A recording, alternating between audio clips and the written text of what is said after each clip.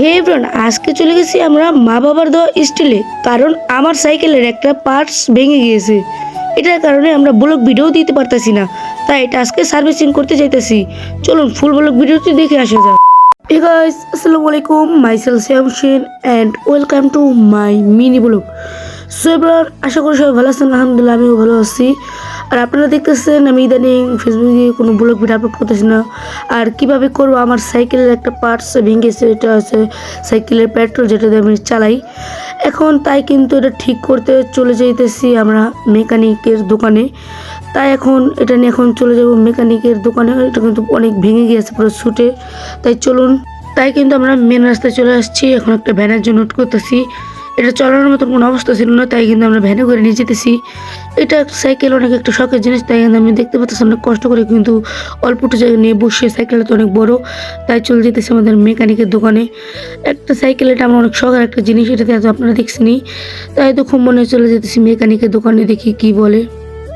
সাইকেলটা নামিয়ে দিয়ে চলে আসছে একটা চার দোকানে।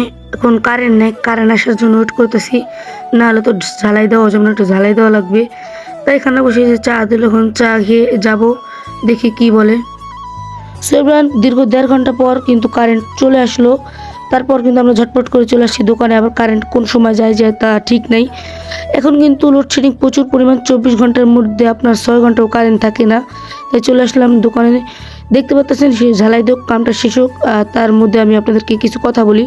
সোবরান এটা হচ্ছে মা বাবা দেওয়া স্টিলে। এখানে কিন্তু আপনারা আসতে পারেন, আমিও কিন্তু আজকে চলে আসছি মা বাবা দেওয়া স্টিলে।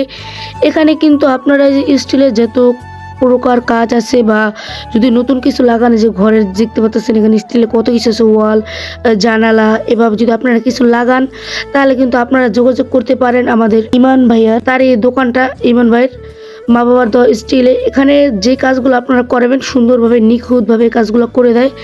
আর এখান থেকে কিন্তু আমার সাইকেল ঝালাই নেওয়ার পরে কিন্তু এখন কিন্তু আমি আবার ট্রাই করতেছি, মানে সব জায়গায় ঠিক আছে নাকি ভালোভাবে দেখে নিতেছি। বারবার যদি ছুটে যায় তাহলে তো এটা একটু মানে খারাপ হবে।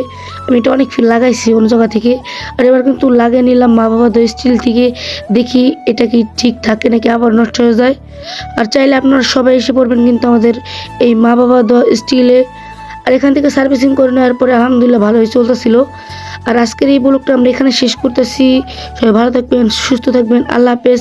ইনশাল্লাহ নিয়মিত ব্লগ ভিডিও আবারও পাবেন।